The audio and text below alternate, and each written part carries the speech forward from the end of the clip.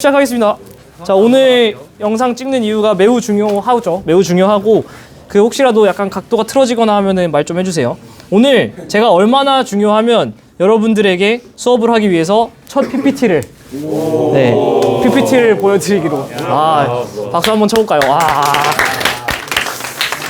자, 일단은 사실은 이 PPT는 제가 깎은 것보다도 이석희 선배님이라고 우리 과 선배님이 계신데 그 선배님이 주신 자료긴 해요. 근데 제가 많이 또 가공을 했고요.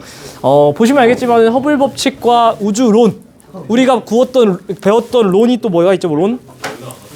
중요한 진화론도 있고 판구조론 배웠던 거 기억나요? 그렇지. 그래서 판구조론 어땠죠? 대륙이동설, 멘틀대류설, 해저확장설, 판구조론, 그치? 그때 여러분들이 큰 틀 잡고 디테일 공부해야 되는 거 기억나시지? 똑같습니다.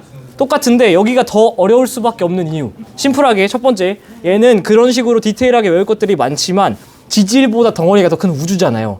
여러분이 굉장히 어렵고 또 여기에 계신 분들은 결국에는 진짜 천재들이잖아. 이 천재들의 발자취를 따라가는 거기 때문에 여러분들 굉장히 그 작업이 어렵습니다.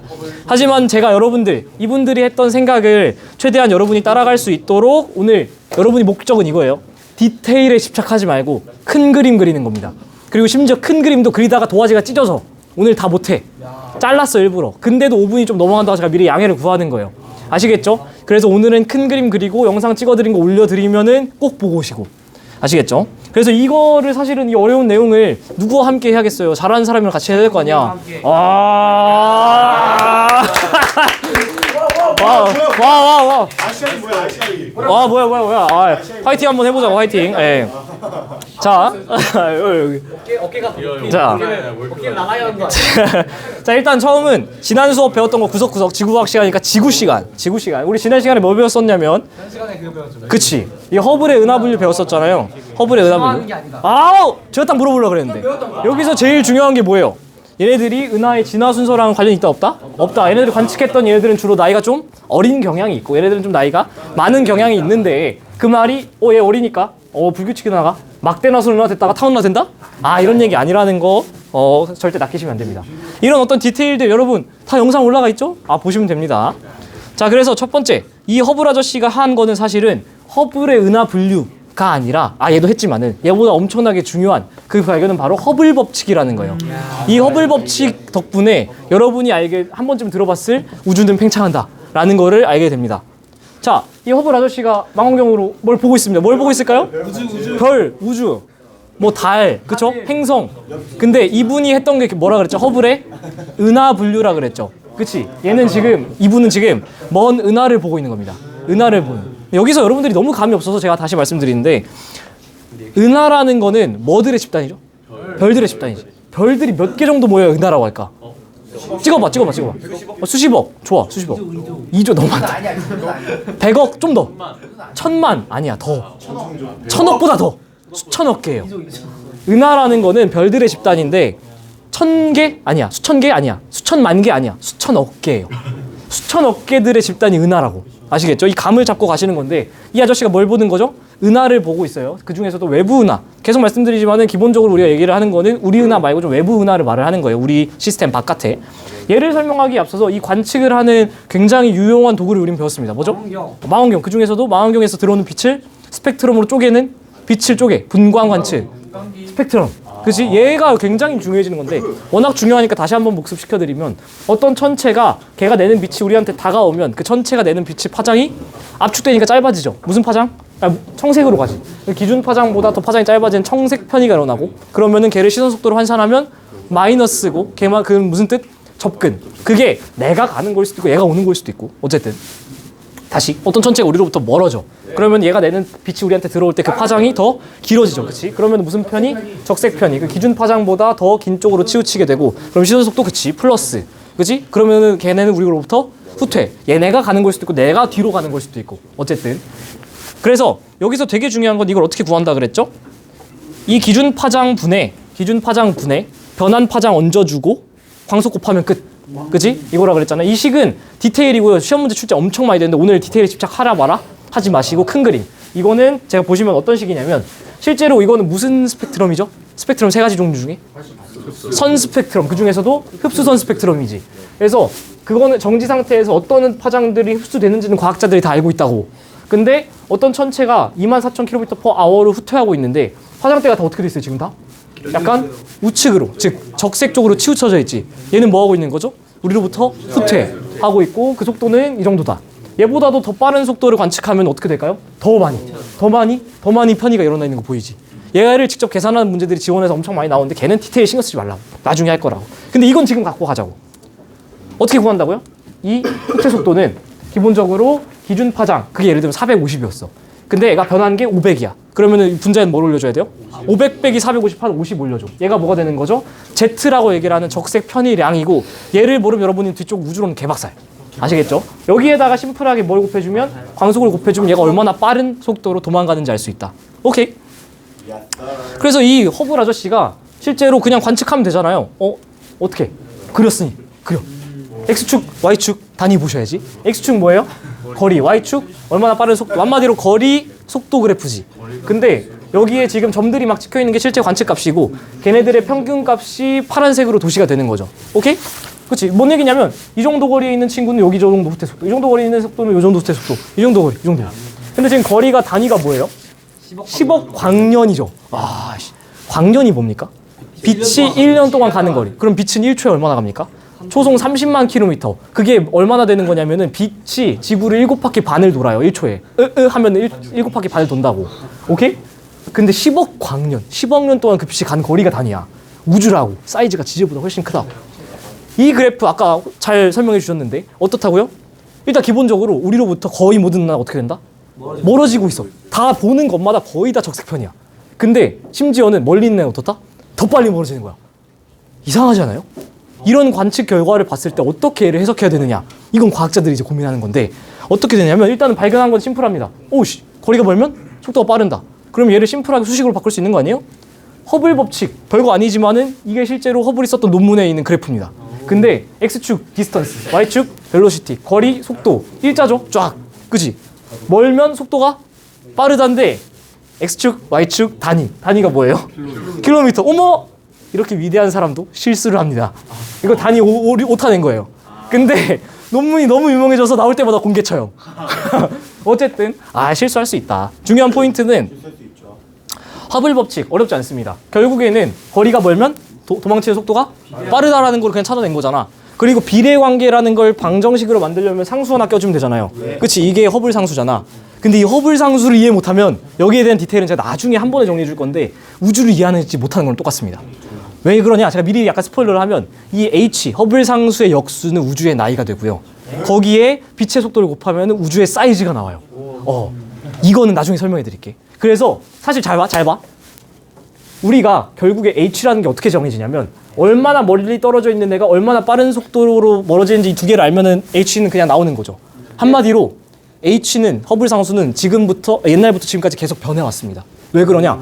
관측 기술이 발달함에 따라서 멀리 있는 애가 얼마나 먼지 정확하게 관측할 수 있게 되고 점점 더 얼마나 더 빨리 가는지 관측할 수 있죠. 그러면서 H가 점점 더 명확한 값이 나오는 거야. 그러면은 H의 역수도 점점 더 명확해지겠죠. 우주의 나이가 더 명확해지고요. 거기다 광속 곱하면 우주의 사이즈도 더 명확해지는 겁니다. 그거는 나중에 우리가 설명할 건데 약간의 제가 그냥 마사지만 한 거다. 그래서 이 허블 법칙 다시 말씀드리지만 결국에 한마디로 정리하면 뭐라고요? 거의 모든 천체들이 우리로부터 멀어진다. 근데 더 먼 애는 더 빠르게 멀어진다. 여러분들 손에 이런 관측 결과를 줬다고 쳐봅시다. 얘를 왜 그렇다고 설명할 수 있을까? 저는 크게 두 가지라고 생각하거든요. 첫 번째, 정말 우연히 우리가 우주의 중심이야. 그래서 우리로부터 다 멀어져. 오케이? 그럴 수 있잖아. 예시 들어줄게. 예시를. 우리가 이 반에 있는데 정말 우연히 내가 우리 반의 중심이야. 그리고 여러분이 내가 무슨 전염병 걸린 것 마냥 다 도망가. 저 반 끝으로. 이럴 수도 있잖아. 두 번째, 우리는 이 교실 내에 지정된 좌석에 앉아 있는데 교실 자체가 커지는 거야. 그럴 수 있잖아. 그렇잖아요? 그러면 이 둘 중에 뭐가 더 건강한 생각일까? 당연히 후자라는 거죠. 왜 이게 건강한 생각이라고 그 당시 사람들이 얘기할 수 있었을까? 그치, 우린 이미 한 번 당한 적이 있거든. 천동설과 지동설. 우리는 우주가 우리의 중심이라고 생각했고 우리를 중심으로 하늘이 돈다고 생각했지만 사실은 뭐였죠? 지구는 태양 중심을 돌고 태양은 우리 은하 중심을 또 돌고 우리 은하는 은하 단이라는 거 중심을 또 돌고 은하 단은 또 초은하다는 거 중심을 돌고 중심이 없는 거예요. 우주는. 우리가 우주의 중심이라는 생각은 굉장히 오만한 생각이었다는 걸 한번 당했기 때문에 우리는 사실은 우주의 중심, 우주에는 중심이 존재하지 않고 우주라는 공간 자체가 커지고 있다는 걸로 해석을 하게 됩니다. 이때부터 과학자들은 이 그래프, 엄청난 그래프라는 거 이해되시죠? 이 그래프에 담겨진 내용은 과학자들 모두가 이 그래프 하나로 우주는 팽창한다는 걸 모두가 동의했다는 거예요. 아시겠지? 그러니까 허블 아저씨를 샤라웃해서 뭐라 그랬어요? 허블 우주망원경 날렸고 제임스 웹 우주망원경 전에 허블이 다 씹어먹었잖아. 그렇다고. 괜히 샤라웃을 한 게 아니다. 근데 이 다음에 문제가 생깁니다. 그러면은 팽창하는 우주가 이제 디테일이 필요하잖아. 어떻게 팽창하는데? 그럼 옛날에는 어땠는데? 이런 얘기를 해야 되잖아요. 거기에서 딱 또 칼같이 두 팀으로는 아닙니다. 그게 여러분이 들어봤을 대폭발 우주론과 정상 우주론이에요. 이 두 개. 이 두 개는 우리가 좀 이따 하겠습니다. 뭘 하고 와서 우리가 뭘 안 했냐면 저번 시간에 다 제가 이거를 계산해서 수업 전 진행을 하는 거예요. 특이은하 안 했죠. 특이은하. 그렇죠. 우리 특이은하를 먼저 하면서 시작을 하도록 하겠습니다. 자, 특이은하를 가기 전에 허블 법칙을 배우고 오는 게 좋아서 제가 얘를 먼저 일단 밑밥을 깐 거고요. 자, 특이은하 같은 경우는 다시 한번 말씀드리지만 그 전에 원래 뭐가 있었다? 허블 아저씨가 육안으로 관측한 뒤 그냥 모양에 따라서 딱딱딱딱 넣었잖아요. 그렇죠? 그 말을 조금 더 섹시하게 말을 하면 가시광선을 이용한 형태상 분류였잖아. 그러면 관측 기술이 발달함에 따라서 우리는 가시광선 파장 이외에 적외선, 그치 적외선, 마이크로파 전파 혹은 짧은 파장으로는 자외선, X선, 감마선 쓰게 되잖아요. 그러면서 더 많은 것들이 보인다 보니까 애가 나선 은하인 줄 알았더니 전파에서 뭐 이상한 에너지 미친 듯이 내. 그러면 걔는 뭐라고 봐야 돼요? 일반 은하가 아니라고 봐야 되잖아. 그러니까 특이은하. 오케이? 그래서 네 가지 여러분 다시 교통정리 드리지만 외우면 맞추고 모르면 틀리는 것들의 향연이에요. 근데 큰 틀 잡아드리면 얘네들이 원래는 뭘로 보였다?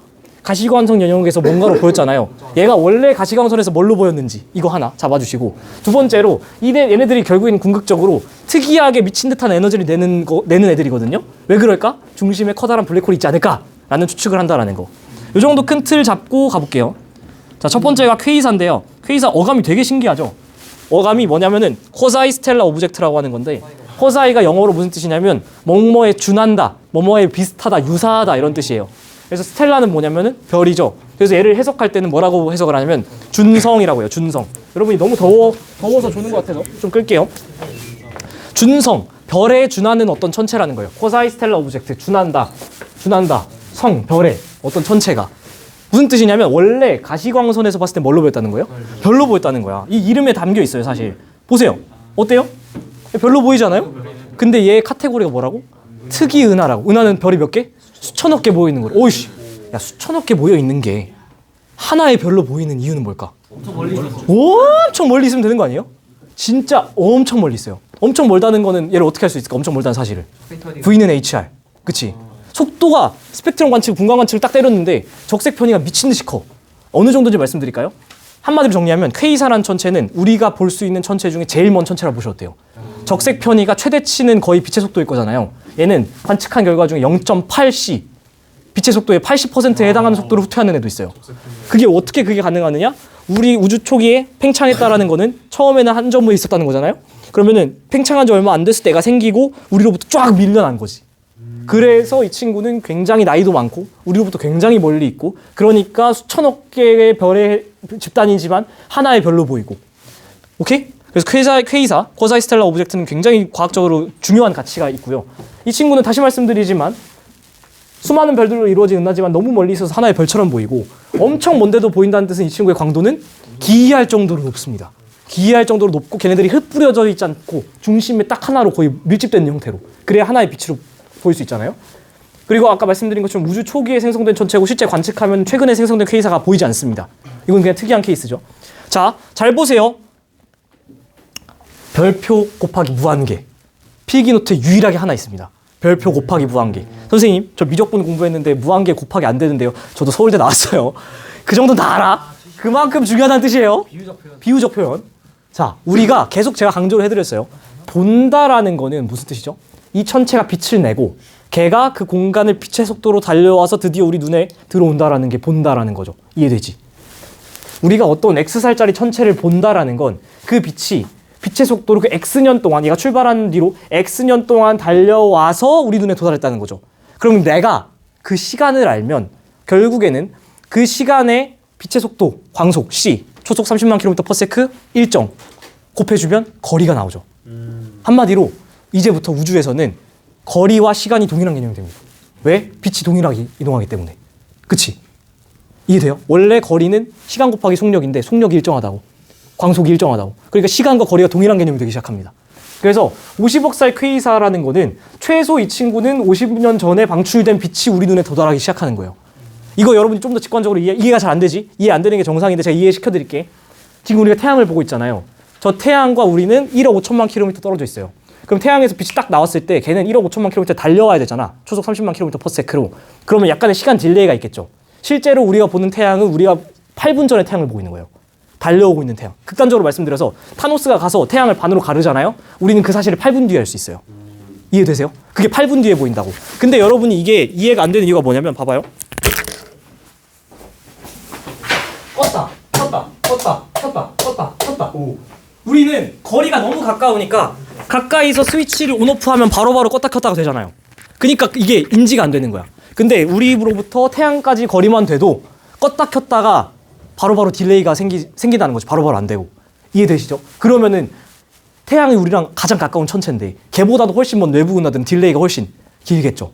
아시겠죠? 이거를 이해 못하면 우리가 뒤에서 얘기하는 내용들이 감을 못 잡습니다. 자, 허블 법칙. V는 HR이고 멀리 있는 천체가 빠르게 후퇴한다는 건데 퀘이사가 별인 줄 알았다 그랬죠? 근데 분광 관측에서 스펙트럼 쫙 쪼갰더니 적색 편이가 0.8C 막 이래. 엄청 커. 그 말은 후퇴 속도가 빠르다라는 거고 그 말은 엄청 멀리 있다는 거죠. 그 말은 우주 팽창한 지 초기에 생기고 우리부터 뒤로 쫙 밀려났다는 거지. 엄청 많은 정보를 내포하고 있는 천체라는 겁니다. 그리고 계속 강조드렸지만 이 친구는 귀의할 정도로 많은 에너지를 내는데 특히 저 감마선부터 전파까지 할 거 없이 다 모든 세기에 강한 방출선을 냅니다. 우리 흡수선 했던 거 기억나죠? 그것처럼 높은 방출선을 내는데 어떤 정도냐면 방출하는 에너지량이 일반 은하의 수백 배에 달해요. 근데 내는 영역은 태양계 정도밖에 안 돼. 진짜 한쪽에 집중돼가지고 미친 듯한 에너지를 내는 건데 전체 광도 중에 그래서 중심부 광도를 했을 때 이 값이 굉장히 큰 값을 갖는다. 그리고 뒤쪽에서 나올 세이퍼트 은하라는 게 있는데 걔보다도 큰 값을 갖는다라는 거 참고해 주시고 이렇게 기이할 정도로 높은 고밀도의 에너지 집약체가 생성될 수 있는 이유는 뭘까요? 아까 말씀드렸던 것처럼 중심에 질량이 매우 큰 블랙홀이 잡아놓고 있는 거 아니냐라는 생각을 할 수 있다는 거지. 굉장히 난잡하지만 다시 정리해드리면 첫 번째 특이은하 퀘이사 원래 뭘로 보인다? 가시광선으로 봤을 때 별로 보인다. 근데 얘가 왜 별처럼 안 별이 아니고 은하다? 엄청 멀리 있어서 하나의 별처럼 보인다. 이 친구는 굉장히 멀어서 나이도 많고 우주 생성 초기에 생성된 친구들이고 후퇴 속도도 굉장히 빠른 특징을 갖고 있다. 굉장히 기이할 정도로 중심부 광도가 높은데 그 이유는 왜 그렇다? 중심의 질량이 엄청 큰 애가 붙잡고 있는 거 아니냐라는 생각을 한다. 정리됐죠? 두 번째, 전파은하입니다. 오, 전파은하 같은 경우는 옵티컬 가시광선 영역에서 봤을 때 지금 보세요. 뭘로 보여요? 그냥 하나의 어떤 구체로 보이지 않아요? 그치? 엄청 큰 구체, 즉 거대 타운 은하인 줄 알았어요. 근데 얘를 관측 기술이 발달하니까 다른 파장으로 보잖아요. 전파, 라디오파 쪽으로 봤거든? 그랬더니 뭐를 푹 쏘는 거야. 푹 쏴요. 이거 외우셔야 돼.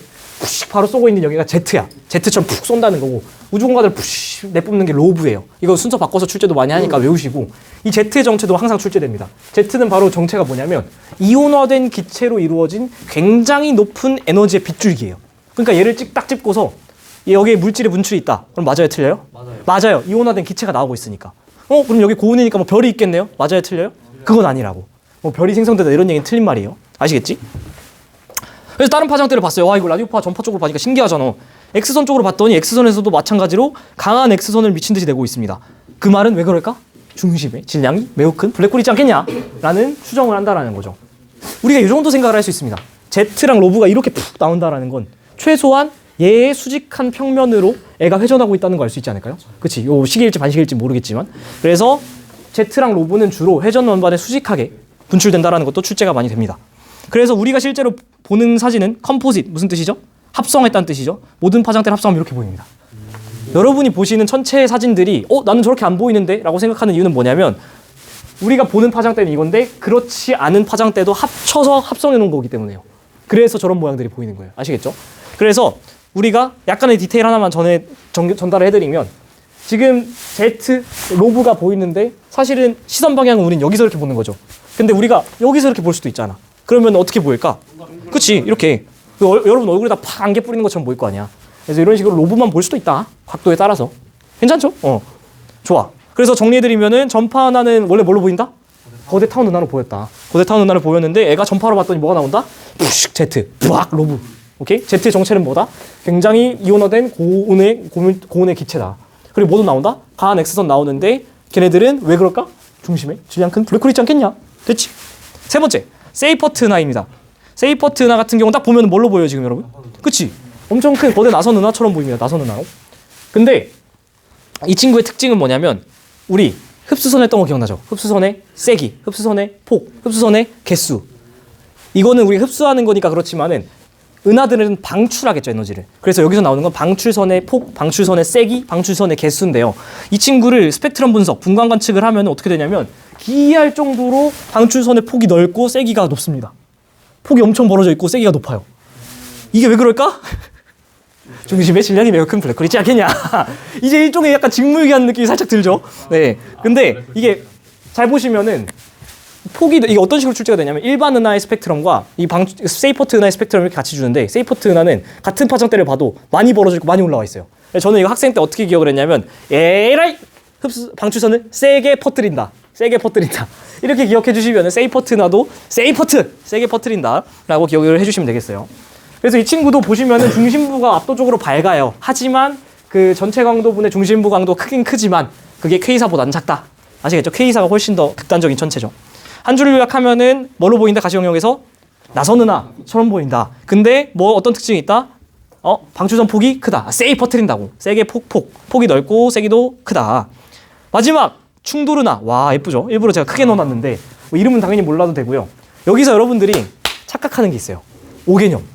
은하들이 충돌하면은 별들끼리 꼬라박아서 막 별들이 사라질 것처럼 생각을 하시는데 실제로는 제가 이거 항상 어떤 설명을 해드리냐면 이거 전쟁 영화 속에 화살이나 총 막 드르르 서로 쏘고 막 화살 쏘고 하잖아요. 근데 기가 막히게 딱 하늘에서 만나가지고 떨어지는 케이스 물론 있긴 있지만 영화적 연출로 거의 없잖아요. 거의 없지. 똑같습니다. 은하는 뭐라 그랬죠? 수천억 개 별들의 집단이에요. 걔네들이 서로 부딪힐 때 걔네들끼리는 일종의 총알이랑 화살처럼 걔네 별들 사이에 공간이 엄청 넓어요. 지들끼리 꼬라박아서 떨어지는 케이스는 부셔지는 케이스는 거의 없습니다. 오히려 별과 별 사이에 뭐가 있죠? 별 사이 물질, 성간 물질 대부분 뭐라 그랬죠? 기체. 기체들은 공간과 공간이 밀집해지면 기체들의 밀도는 커질 수 있겠죠. 오히려 성간 물질의 밀도가 높아지면서 별들이 생깁니다. 신기하죠? 충돌하면서 충돌을 하니까 별들이 사라질 것 같은데 그게 아니고 오히려 충돌할 때 별들은 스쳐 지나가고 그 사이에 있는 성간 물질들의 밀도가 높아지면서 오히려 별들이 생깁니다. 신기하죠? 재밌는 건 여러분이 한 번쯤 들어봤을 외부 은하 제일 유명한 은하 뭐죠? 안드로메다 은하. 뭐 너 정신머리를 안드로메다 은하로 보냈냐? 뭐 이런 얘기 하잖아요. 안드로메다 은하는 우리랑 가까워지고 있어요. 아까 우리 뭐라고 했어요? 허블 법칙. 외부 은하는 멀어진다 그랬잖아요. 근데 제가 영상 잘 보세요. 모든 은하라고 안 했을걸? 거의 모든 은하라고 했습니다. 자, 여기 멱살 잡으려고 그랬는데 사라졌네. 여기 있다. 쟤! 왜 가까워지고 있죠? 지금 수업 듣기 싫어서 나한테 멀어지고 싶을 텐데. 땡겼으니까. 왜 가까워지죠? 그치, 땡겼으니까. 고맙습니다. 미안해요. 괜찮아요. 악선. 네. 여기 없어서 그래. 왜 뒤로 도망갔어? 괜찮아요? 미안합니다. 무슨 얘기냐면 지금 우주는 뭘 하고 있다 그랬죠? 팽창하고 있다 그랬잖아. 근데 만약에 서로 있는데 땡기는 힘이 더 세면 땡겨질 수 있잖아요. 그치? 결국에는 이 우리 우주의 무빙은 은하의 무빙은 땡기는 중력이 더 세냐? 커지는 밀어내는 팽창이 더 세냐? 의 게임인 건데 안드로메다 은하는 우리 바로 이웃 은하거든요? 뭐가 셀까? 중력이 세요. 만류인력이 세. 그러니까 얘는 다가오는 거야. 어떻게 할 수 있을까? 분광 관측, 청색 편의. 엄청나죠, 분광 관측? 고맙습니다. 미안합니다. 놀랐죠? 자, 그래서 다시 한번 말씀드리지만 일단 모든 은하는 거의 웬만해서는 중심에 그 질량이 큰 블랙홀이 있다고 추정을 해요. 우리 은하 같은 경우도 중심에 블랙홀이 있다 추정을 해요. 왜냐? 수천억 개 별들을 어쨌든 모아놓고 있잖아. 그죠? 그래서 블랙홀이 있다라는 추정을 한다라는 거를 알고 계시면 되고 충돌 은하에서 포인트는 충돌할 때 오히려 별들이 어떻게 된다? 생긴다라는 거. 그리고 특정한 케이스 같은 경우에는 이런 식으로 충돌한다라는 거 서로 다 잡아당긴다는 거잖아요. 잡아당길 때 당기는 케이스들도 있다. 중력적 힘이 더 세면. 자, 그래서 돌아와서 우리가 허블 법칙까지 했었고요. 다시. 은하가 충돌할 때 네. 충돌하고 나면 지나가요. 지나갈 수도 있고 이렇게 뭐 휠 수도 있고 뭐 그렇죠. 되게 다양한 그거는 이제 연구의 영역이에요. 그래서 허블 법칙 여기에 포인트는 뭐라고 했죠? 이 그래프 하나로 뭘 동의했다? 모든 과학자가 우주는 팽창한다. 자, 다시 돌아와. 잠게 돌아와야 돼. 창문 쭉 열까요? 창문 좀 열고. 자, 그래서 이제 어떻게 됐다 그랬죠? 팽창을 하는데 그 팽창이 두 가지 팀으로 나뉜다 그랬어요. 한 팀은 대폭발 우주론, 한 팀은 정상 우주론. 그래서 잠 좀 깨시라고. 잠 좀 깨시 중요한 내용 합니다. 자, 종종 선생님 빅뱅 우주론이랑 대폭발 우주론이랑 뭐가 달라요? 진짜 죽인다. 빅, 대, 뱅, 폭발. 영어, 한국말. 아시겠죠? 같은 거예요. 빅뱅 우주론, 대폭발 우주론 같은 말. 아시겠죠? 자, 봐봐. 집중. 과학자적 사고방식을 제가 해석을 해드릴게. 자, 우리 지금 우주 뭐 하고 있다고 그래요? 팽창한다고 했잖아. 자, 봐. 그러면 그래프를 그릴 수가 있어요. 자, 봐봐요. X축에 시간, Y축에 우주의 크기 놓고 지금 우리 관측했을 때 뭐 하고 있다고요? 현재 우주는 시간에 따라서 우주의 크기가 커지는 팽창. 아예 왜 그렇다고? 공간 자체가 팽창하고 있다고. 여기까지는 우리가 찾아내는 사실이죠. 여기서 우리는 두 가지 질문을 할 수 있습니다. 뭐냐? 첫 번째, 시간을 뒤로 보내요. 즉, 미래로 가면은 애가 이 상태 그대로 유지하면서 계속 커질까? 아니면은 애가 이렇게 좀 속도가 줄어들어가지고 일정한 크기 유지할까? 아니면 애가 결국엔 다시 꼬라박아서 한 점으로 수축할까? 그렇잖아. 세 가지 중에 하나잖아. 그렇죠? 이런 질문을 하게 됩니다. 아, 그러면은 미래 X축을 오른쪽으로 보내면 그런 질문들이 떠오르고, 만약에 이번에는 오히려 오른쪽이 아니라 왼쪽으로 보내. 왼쪽으로 보내면 뭐가 되는 거죠? 우주가 점점 커지고 있었던 걸 오히려 반대로 줄여봐. 그럼 어디로 갈까? 점으로 가겠지? 그럼 그 점으로 갔을 때는 도대체 무슨 일들이 벌어졌을까? 한마디로 질문이 크게 두 가지인데, 미래로 보냈을 때, 처음으로 보냈을 때 시작은 어땠을까, 끝은 어땠을까? 라는 질문을 과학자들이 자연스럽게 하게 된다는 거 동의하시죠? 여기서 두 가지 팀으로 나뉜다고. 첫 번째는 대폭발 우주론, 두 번째는 정상 우주론인데, 어떻게 되냐면 맨 처음에 우주 정적이라고 얘기하는 팀, 그리고 와장창 우주론이라고 이렇게 얘기를 하는 대폭발 우주론과 정상 우주론이 있는데요. 이 이름들은 다 외워야 되는데 오늘 디테일 신경 쓴다 안 쓴다? 안 쓴다. 이 사학자 이름 몰라도 돼. 근데 이 대폭발 우주론 측에서는 어떻게 생각한 거냐? 사이즈가 지금 커지고 있다는 건 옛날에는 작았죠. 그러면 지금 우주의 온도가 굉장히 뜨거웠어. 그래서 굉장히 뜨거웠는데 애가 커지면서 우주의 온도는 점점 떨어지고 있을 거야 라는 얘기를 하는 거고요. 이 정상 우주론 같은 경우에는 우주의 온도는 정상이야. 항상 일정해. 야, 기독교적 세계관이 그때는 굉장히 많았거든요. 하나님이 만든 우주인데, 천지창조인데 어떻게 우주가 터지고 막 이렇게 격동적일 수가 있어? 말도 안 돼. 라는 비슷한 실수를 한 번 더 하게 됩니다. 빅뱅 우주론이라는 이름, 대폭발 우주론이라는 이름을 왜 갖게 됐냐면요. 이거 진짜 농담이 아니고 진짜 실제인데, 이게 워낙 핫한 주제가 되니까 그 당시에 라디오에 초청 패널로 이렇게 초대를 합니다. 일종의 그 안 될까 이런 데다가 초대를 하는 거야. 그래가지고 이제 둘이서 패널끼리 배틀을 시킵니다. 그러다가 이제 대폭발 우주론 측에서, 야, 지금 커지고 있지? 우주 팽창하지? 그럼 옛날에 어땠을까? 한 점. 그럼 뜨거웠잖아. 그럼 얘가 뜨거웠던 게 커지면서 온도가 식을 거야. 야, 니네 말들 한 점에서 뻥 터져가지고 온도 떨어지는 그런 빅뱅이 일어났으면 니네 그냥 꽝 와장창, 아이, 그게 이론이냐? 했는데 인류는 웃습니다. 좋은데? 오늘부터 우리 이론은 빅뱅 시어리로 합시다. 진짜 이랬어. 그래서 그때부터 빅뱅 시어리가 됐고, 그걸 이제 해석하면 대폭발 우주론이 되는 거죠.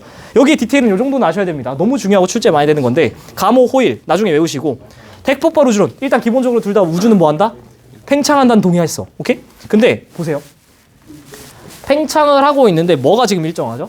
이 점들의 개수가 일정하죠. 한마디로 이 점들은 뭐냐면 하나하나의 은하예요. 수천억 개의 별들의 집단인데, 그 은하는 수천억 개의 별들의 집단이니까 걔네가 내고 있는 에너지가 있겠죠. 열 에너지. 그러니까 얘네는 온도로 해석할 수도 있어요. 우주의 온도로. 그래서 애가 질량은 일정한데 온도는 일정한데, 별들의 집단이 일정한데, 걔네들이 내고 있는 에너지는 일정한데, 그러니까 우주 전체의 온도는 일정했는데 사이즈 자체가 커지니까 온도는 어떻게 될까? 식어야 될 거 아니야. 이거 난로들이라고 생각해봐요. 우주가 식어야 될 거 아니야, 이 공간이. 그치? 그래서 이 우주의 밀도, 즉 이 우주의 온도는 감소한다라는 생각을 했던 게 뭐다? 대폭발 우주론. 정상 우주론은 뭐라고요? 보여드릴게. 팽창해야 하네? 팽창은 무조건 동의라고. 팽창은 동의하는데 뭐 어때요 지금? 그치? 뭐가 일정해요? 개수가 아니라 밀도가 일정하지. 그치? 우주는 팽창 여전히 동의하셔. 근데 뭐가 일정하다? 개수가 똑같다. 은하들의 밀도가 일정하다. 한마디로 얘네들이 내는 에너지가 일정 공간에, 우주 공간에 고르게 분포되고 있으니까 온도는 일정하다라고 생각을 했던 거예요. 자, 봐봐. 정리해드리면 이쪽 팀은, 야, 질량 보존 법칙 인정하시죠? 야, 여기서 보존되는 질량 보존이 우주라고 질량이 보존 안 될 거야? 아니잖아 라는 팀이 여기. 이쪽은, 야, 하나님이 만드신 우주가 그렇게 꽝 터졌을 리가 없어. 밀도가 일정했을 거야, 밀도가. 오케이? 두 팀이에요. 그러니까 질량 일정을 믿었으면 이쪽으로 가는 거고, 밀도 일정을 믿었으면 이쪽으로 가는 거예요. 근데 누가 이겼다고요? 여기가 이겼다고. 근데 그 말이 종교가 패배했다? 이렇게 해석해야 돼? 그건 또 아니라고. 되게 생각할 만한 게 많은 사건이에요. 그래서 결국엔 생각을 해봐요. 밀도는 일정한데 우주는 팽창하지. 그럼 어떻게 되죠? 뭐는 커져야 돼? 질량이 커져야 되잖아. 이게 일종의 별들의 생성이라고 생각했던 거예요, 그 당시엔. 나름 납득이 되잖아. 그 당시에 본인의 가치관에 따라서 뭘 선택할지는 정해져 여러분들의 그 선택이에요. 근데 생각을 해봐요. 결국 우리는 뭐가 이겼다는 걸 알고 있죠? 여기가 이겼다는 걸 알고 있어요. 이 사람들이 어떤 생각을 했냐면 봐봐요. 우주가 커지고 있어. 근데 뭔 일정해? 질량은 일정해. 그러니까 뭔 떨어져? 밀도, 온도는 떨어져. 그럼 봐봐요. 시간을 다시 밀도는 떨어졌잖아요. 시간을 다시 뒤로 돌려봐. 그러면 어떻게 되는 거죠? 옛날에 태초의 우주는 온도가 높았다는 거죠. 밀도가 높았다는 거지. 그러면 반대로 만약에 우리가 관측 기술이 발달해서 옛날 우주가 지금의 우주보다 온도가 높았고 지금 우주의 온도가 떨어져서 지금 온도가 됐다라는 걸 증명해낼 수만 있으면 여기가 이기는 거 아니에요? 그치? 왜냐? 이걸 증명하는 순간 여기는 뭐였죠? 온도가 일정했거든. 바로 틀린 말이잖아. 그치? 그래서 이 가모 측에서 그 본인의 대학원생 조교랑 같이 이제 연구를 하게 되는데 이게 옛날에 과거에는 밀도 온도가 훨씬 높았기 때문에 두 가지 증거가 나올 수밖에 없다라는 예상을 하게 됩니다. 가모프랑 엘퍼 나중에 외우세요. 되게 중요한 사람들인데 이게 얼마나 용기 있는 행동이냐면 잘 보세요. 어떤 관측 사실이 있어요. 예를 들면 달의 위상이 변해. 관측 사실이 있고 그거를 설명하는 어떤 이론이 있어. 걔가 왜 그러냐면 달이 사실은 공전하기 때문이야. 이거는 상당히 그래도 좀 쉽습니다. 근데 이건 지금 뭐냐면 관측 사실이 없어. 근데 이럴 거야라는 이론을 먼저 던져준 거야. 예를 들면 양자 컴퓨팅처럼 양자 컴퓨팅은 이론이 엄청 앞서 있거든요. 근데 지금 만들어낸 건 별로 없어요. 근데 결국 계속 기술이 발달하다 보면 예측했던 이론 수준을 뛰어넘는 기술들이 나오죠. 그치? 그런 겁니다. 이 사람들이 그 당시에 굉장히 용기 있는 결정을 한 거예요. 이론적으로 수학적으로 계산하고 내가 과학적으로 예측했더니 얘네가 나와야만 해 라고 얘기를 했던 거예요. 관측 결과는 없었는데. 그 두 가지 예측이 뭐였냐면 첫 번째, 처음에 다시 우주가 팽창하고 있는데 걔가 옛날에는 한 점이었고 그러면 온도는 더 높았잖아. 그럼 그 온도가 높았을 때 방출을 했던 우주의 에너지가 팽창하면서 온 우주에 이렇게 퍼져 있어야 될 거잖아요. 그게 바로 뭐다? 우주 배경 복사다. 이게 있어야만 해 예측을 한 거고. 두 번째가 제가 계속 강조했던 수학적으로 내가 계산을 해봤거든. 입자들이 막 태초에 태어나고 걔네들이 막 어떻게 구성됐는지 계산을 해봤더니 수소랑 헬륨의 질량비가 어때야 된다? 3대 1이어야 된다. 3대 1이어야 된다 계산을 한 거예요. 이 생각들을 왜요? 이건 이 사람들이 한 거니까 여러분 그냥 받아들이면 됩니다. 아시겠죠? 우주 배경 복사가 있어야 하고 아직 못 봤어. 근데 이 질량비 3대 1 아직 관측 못했어. 근데 얘네들이 이래야 된다라는 예측을 한 겁니다. 근데 우주 배경 복사를 발견을 하게 되죠. 이걸 누가 발견하게 되냐면 이 사람들이 발견하는 게 아니라 전혀 뜬금없는 사람이 발견합니다. 심지어 과학자도 아닙니다. 펜지어스랑 윌슨이라는 사람이 발견을 하게 되는데 이분들은 원래 벨 연구소 직원이에요. 벨이 뭐죠? 알렉산더 그레이엄 벨. 그치? 전화기잖아요. 그래서 일종의 SK, KT 뭐 이런 전파국에서 통신사에서 일하던 사람들이야. 근데 이 통화 음질이 지금 우리가 인공위성 쏴가지고 하지만 옛날에는 그 지상에 있는 전파 왕형을 이렇게 돌리면서 신호를 잡았잖아요. 그래서 이분들이 통화 음질에서 제일 중요한 건 잡음이 있으면 돼야 안 돼요. 안 돼. 근데 계속 잡음이 들어오는 거야. 아이씨 뭐야 이거 안테나 방향 이상한가? 이쪽으로 돌려. 근데도 다시 계속 전파가 들어와. 아이씨 돌려. 계속 잡음이 들어와. 아니 반대로 돌려. 여전히 들어와. 그래가지고 올라가 봤어. 갔더니 막 새집이 있는 거야. 새집이 있어가지고 아이씨 뭐야 다 치워 막 새똥도 닦아. 그 다음에 아마 저녁은 치킨이었겠죠? 뭐 어쨌든 간에 그냥 치워. 그리고서 딱 가가지고 아 이제 괜찮겠다. 봤는데 여전히 잡음이 똑같아. 안 사라지는 거야. 이게 바로 뭐였냐면 그치 이게 바로 우주 배경 복사예요. 왜냐 내가 어떤 방향으로 돌려도 우주의 모든 방향으로 돌려도 똑같은 파장대에 어떤 에너지가 들어온다라는 거. 이게 우주 배경 복사였다는 거죠. 그래서 이분들이 원래 통신사 직원, 전파국 직원이었는데 노벨상을 받습니다. 떡상하게 됩니다. 근데 이게 노벨상 받을 수준인가라는 생각이었어. 솔직히 제가 학생 때는 이 초록색 원 쪼가리가 뭐가 그렇게 감동적이지? 해석해 드릴게요. 여러분 별자리지도 한 번쯤 본 적 있죠?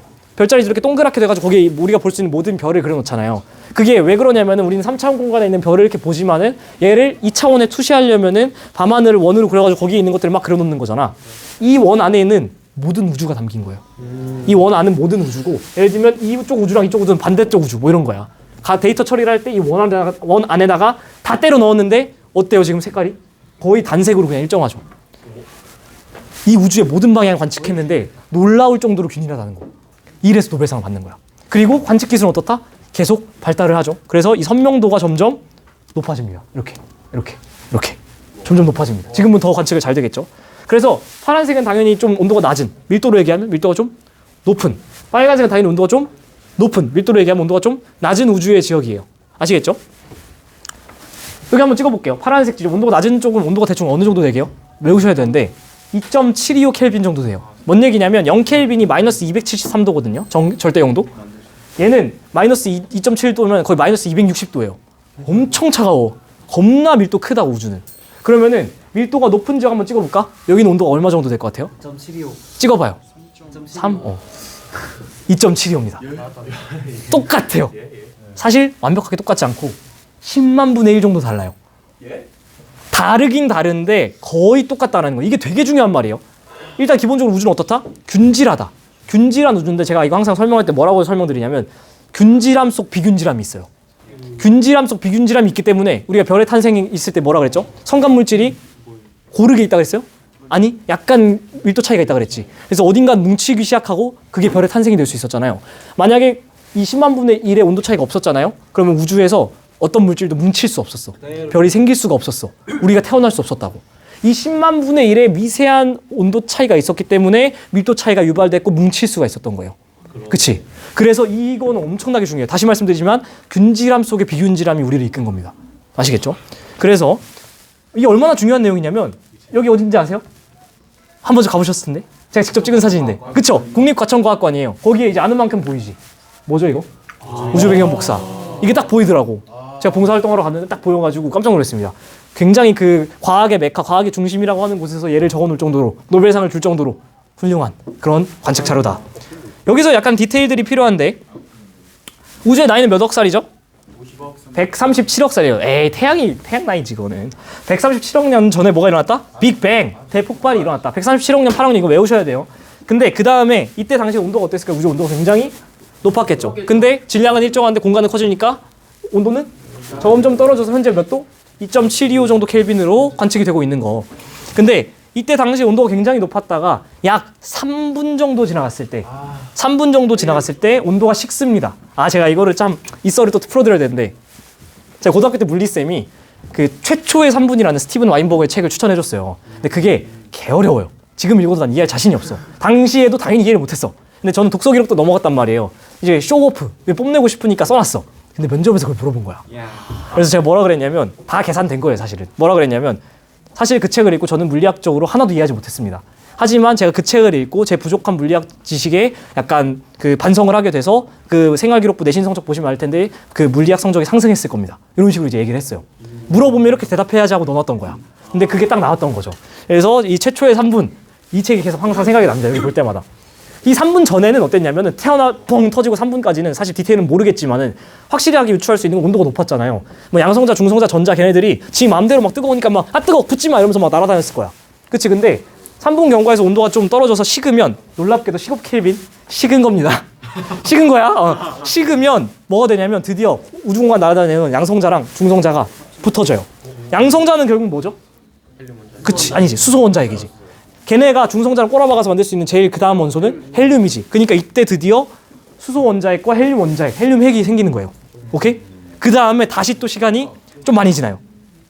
그 전에 이때 계산을 해보면 수소랑 헬륨의 질량비가 딱 3대 1이 나와야 된다는 거야. 아시겠죠? 그리고 시간이 또 지나가. 38만 년이 지나갔을 때 어떻게 되냐면 우주가 드디어 1000억 켈빈이 아니라 다 외워야 되는 건데 3000 켈빈까지 식어요. 뜨겁긴 한데 많이 식었죠. 이때 뭐가 일어나냐면 아까 뭐 만들어졌죠? 원자 핵들이 막 만들어졌잖아. 아직 원자가 만들어진 거예요? 아니 원자 핵만 있고 전자가 아직 붙잡히진 않았어. 왜냐하면 아직 뜨거우니까 전자가 막 날아다녀. 근데 3000 켈빈이 되면 드디어 원자 주변에 전자가 잡힐 수 있게 됩니다.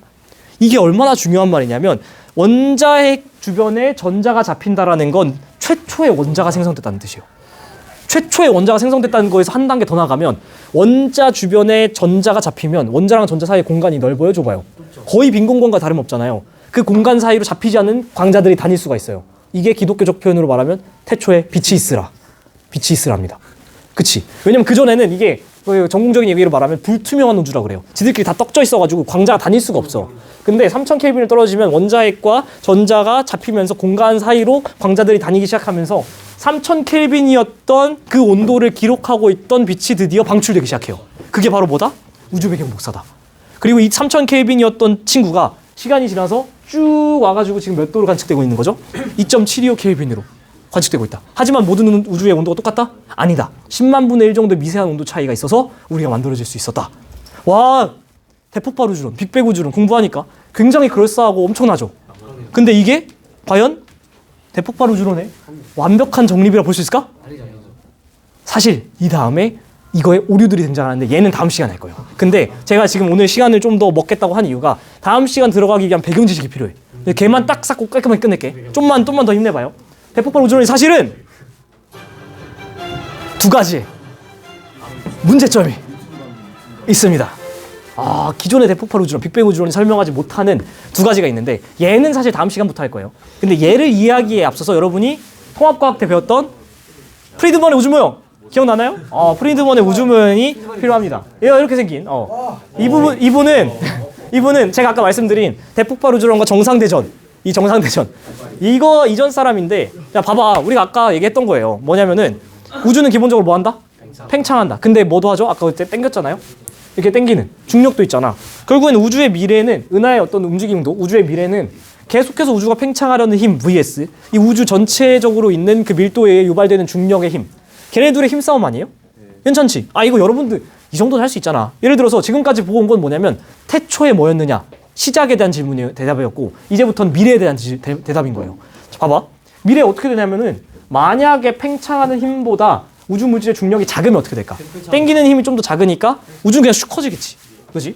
만약에 기가 막히게 똑같으면 그냥 뭐 일정한 사이즈로 유지가 되겠지. 만약에 중력이 더 강하면 커지고 지금은 커지고 있는데 시간이 지나면 줄어들 수도 있겠지. 그렇지? 야, 이 정도 경우의 수는 여러분도 할 수 있잖아요? 근데 여러분이 못하는 이유 알려줄까? 얘를 수학적으로 계산합니다. 계산을 하는데 어렵지 않아요. 그때 계산한 수학적인 계산 밀도가 임계 밀도예요. 임계 밀도 어렵게 생각할 필요 없고 우주 물질이 이렇게 있고 걔로 유발되는 중력값이 있을 거잖아요. 그치? 걔 계산하면 되고 걔랑 정확하게 일치되는 밀도 그래서 비길 수 있는 우주의 밀도가 우주의 임계 밀도예요. 어렵지 않아요. 오케이?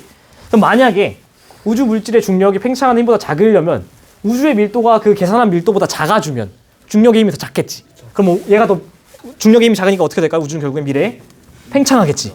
만약에 계산했던 그 값과 정확하게 일치한다면 그냥 일정한 그 팽창 속도가 0으로 수렴해서 일정한 사이즈가 되겠지. 만약에 중력이 더 크다면 어떻게 될까요? 밀도가 더 크다면? 당연히 얘가 중력이 더 세니까 지금은 팽창하고 있지만 꼬라박을 수 있겠지. 이게 다야. 그렇죠? 수축해서 붕괴할 수 있어 우리 우주가. 얘를 당연히 수학적인 계산했으면 뭘 그릴 수 있죠? 그래프를 그릴 수 있지. X축에 현재 시간, Y축의 크기가 났을 때 우리는 현재 우주의 크기를 측정했지. 뭐 하고 있다고 우리 우주는? 팽창하고 있다고. 이렇게 있는 거를 수학적인 데이터이기 때문에 그래프를 그릴 수 있는데 하나, 둘, 세 개로 그려집니다. 이 제일 위에 있는 거는 뭐죠? 딱 봐도 애가 사이즈가 계속 시간이 가면서 Y축이 계속 커지잖아. 우주는 계속 커지는 거야. 이걸 뭐라 그러냐면 바로 열린 우주라 그래요. 로우 C가 임계 밀도를 나타내는 표기법이거든요. 얘가 기준인데 거기에 우리 우주를 얹었더니 1보다 작지. 우리 우주의 밀도는 어떻다는 거예요? 작다는 거지. 그러니까 1보다 작은 값이 나올 거잖아. 중력적인 힘이 약하니까 얘가 확 커지는 거야. 괜찮죠? 만약에 계산한 값이랑 완벽하게 일치하면 어떻게 되죠? 지금 보시는 것처럼 우주의 크기가 어느 정도 일정한 사이즈로 수렴하죠. 얘가 뭐다? 바로 평탄 우주. 이 임계 밀도에 우리 우주를 얹었더니 딱 1이 나와. 이거 넘겨주면은 쌤쌤이란 뜻이죠. 이러면은 딱 그냥 사이즈가 일정하게 유지. 만약에 이 노란색 그래프처럼 현재는 팽창하고 있지만 우리의 밀도가 그 기준 밀도보다 크면 이 값이 1이 더 큰 값이 나오겠죠. 1보다. 그치? 이런 뭐가 될까? 중력이 더 세니까 꼬라박는 닫힌 우주가 나온다. 괜찮죠? 이해되지? 근데 잘 봐요. 빅뱅이 시작되고 0.0000001초 이후에 우주의 밀도를 계산을 한 거야. 여러분은 이 작업을 못 한다고. 계산해놨는데 보세요. 3, 6, 9, 12, 18, 24 24자리 숫자인데 잘 보세요. 한 글자씩 다릅니다. 한 글자씩 5, 6, 7 한 글자씩 달라요. 한 글자씩 다른데 만약에 5로 끝나잖아요. 그러면 밀도가 약간 부족해서 열린 우주가 돼요. 만약에 7이 되잖아요. 약간 커져서 닫힌 우주가 돼요. 만약에 6이 되잖아요. 그럼 뭐가 되냐면 평탄 우주가 돼요. 그러면은 6보다 작으면 뭐가 된다고? 열린 우주. 6보다 크면 뭐가 된다고? 닫힌 우주. 뭐일 것 같아? 찍어봐. 모르잖아. 열린 우주. 그치. 최소한 뭐는 아닐 것 같아요? 얘는 아니잖아. 최소한. 그죠? 근데 얘입니다. 근데 우리 우주가 얘야. 과학자들이 얼마나 놀랐겠어요. 얘를 빅뱅 우주로는 설명이 안 돼. 기가 막힌 우연이잖아요. 이거는 설명이 안 돼. 기가 막힌 우연이야. 말도 안 된다고. 우리가 사는 우주는 평탄한 우주인데 제가 이것 때문에 사실 영상 찍는 거 이제 곧 종칠 텐데 조금만 더 제가 쓸게요. 열린 우주, 평탄 우주, 닫힌 우주의 개념을 설명하기 위해서 우리가 있는 3차원 공간, 우리 지금 3차원 살고 있죠? 3차원 공간인데 만약에 3차원 공간을 이해하기 어려우면 항상 어떻게 이해하면 되죠? 차원을 낮춰서 이해하면 되잖아요. 그래서 3차원 공간의 어떤 움직임을 예상하기 위해서 우리는 2차원 공간으로 낮춰서 예상을 할 건데 봐봐요. 우리는 분명히 평탄 우주 먼저 설명할게요. 우리는 원을 그리는데 동심원을 그릴 건데 똑같은 사이즈로 커지게 그리고 있어 우리는. 그럼 당연히 공간이 일정하게 팽창하겠죠. 너무 당연한 얘기를 갑자기 하죠. 여기 잘라서 보면 이런 뜻이야. 애가 점점 같은 사이즈로 커질 거잖아. 괜찮지? 근데 이렇게 되려면은 이 공간 자체가 이렇게 평탄하게 돼 있어서 삼각형 내각의 합은 180도로 딱 유지가 되겠죠. 근데 봐봐요. 골 때리는 거. 만약에 우리가 공간에 막 동일한 원을 그리고 있는데 애가 이상하게 점점 더 나는 분명히 똑같이 그린다 생각하거든. 점점 더 크게 그려져. 이상해. 나는 분명히 똑같이 그린다 생각하거든. 근데 어떻게 그려지냐면 점점 더 크게 그려지는 거야. 왜 그럴까? 공간이 이렇게 휘어있거든. 공간이 휘어있으면 난 분명히 삼각형을 똑같이 그리는데 벌어질 수가 있잖아요. 이걸 뭐라 그러냐면 열린 우주고 여기서의 삼각형은 180도 내각의 합보다 작게 그려집니다. 그치? 이해되죠? 한 번 더. 만약에 내가 똑같이 동심원을 그리는데 계속해서 얘가 점점 작게 그려져. 난 똑같이 그린다고 생각했거든. 그 말은 결국 공간이 닫힌다는 뜻이고 어떻게 그려지는 거냐면 잘라서 봤을 때 점점 난 똑같이 그리는데 작게 그려지는 거야. 왜 그럴까? 공간이 닫혀있거든. 이게 바로 뭐냐? 여기 이 공간에서 애가 삼각형이 이렇게 벌어졌죠. 삼각김밥처럼. 삼각형 내각의 합이 180도보다 커지지. 자, 다시 한 슬라이드에 정리될게. 거의 다 끝났어요. 평탄 우주는 이렇게 생겼고 닫힌 우주는 이렇게 생겼고 열린 우주는 이렇게 생겼는데 어떻다고 삼각형 내각의 합이? 얘는 180, 얘는 크고 얘는 작잖아. 한마디로 우리가 결국에는 3차원 공간을 이해하기 위해서 한 차원 낮춘 2차원 공간에서 삼각형만 그리면은 사실은 다 해결되는 거 인정? 자, 마지막 멘트예요. 잘 들어. 이거 이해 못하면 오늘 들은 거 다 날아가는 거다. 잘 들어요. 우리가 결국엔 2차원 공간에다 그렸잖아. 뭘 이해하려고? 3차원을 이해하려고. 봐봐요. 2차원에서 삼각형을 그리면 한 차원 높은 3차원 공간의 이해를 도와주지. 우리는 무슨 공간에 살죠? 3차원. 그럼 우리가 3차원에서 하는 관측은 무슨 이해를 도와주는 거죠? 4차원 공간의 이해를 도와주는 거지. 이해되세요? 우리는 지금 관측하잖아? 그러면 한 차원 높은 4차원의 공간 구조를 얻거든요. 그래서 여러분은 지금 이 3차원 공간의 열린 우주, 닫힌 우주, 평탄 우주 이해하려고 하지 말라고. 이해가 안 된다고. 못한다고. 근데 왜 선생님 저 이거 머릿속에 안 그려져요? 안 그려진다고. 나도 못 그려. 왜 4차원이에요? X축, Y축, Z축에다가 시간까지 들어있는데 못한다고. 나 타임머신을 쓸 줄 몰라요. 상상이 안 되는 게 정상입니다. 교통정리 해드리는 거예요. 그래서 우리가 관측하는 이유는 3차원 공간을 관측함으로써 한 차원 높은 4차원 공간을 읽어내는 거라고. 그랬는데 이렇게 읽어냈더니 문제들이 생긴다고. 걔가 바로 뭐냐면은 편평선 문제랑 지편선 문제인데 얘는 다음 시간에 하겠다고. 아시겠죠? 고생하셨고요. 다음 시간에 봅시다. 바이바이. 수고하셨습니다. 뿅.